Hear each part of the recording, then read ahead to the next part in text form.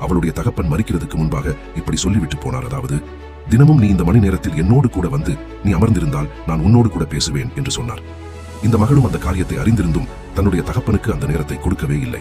அதற்கு பதிலாக தன் தகப்பன் பேசியதான பழைய ஆடியோ சிடியை தினமும் கேட்டுக்கொண்டே இருந்தாள். இவள் தன் தகப்பன் சொன்னதான அந்த நேரத்தில் போய் தகப்பனுடைய உண்மையான அந்த உறவுக்குள் அவளால் போக முடியவில்லை. ஏனென்றால் தன் தகப்பன் வைத்து போனதான அந்த வேலையிலே, அதாவது பிசினஸ், அதிக கவனம் செலுத்தினார்.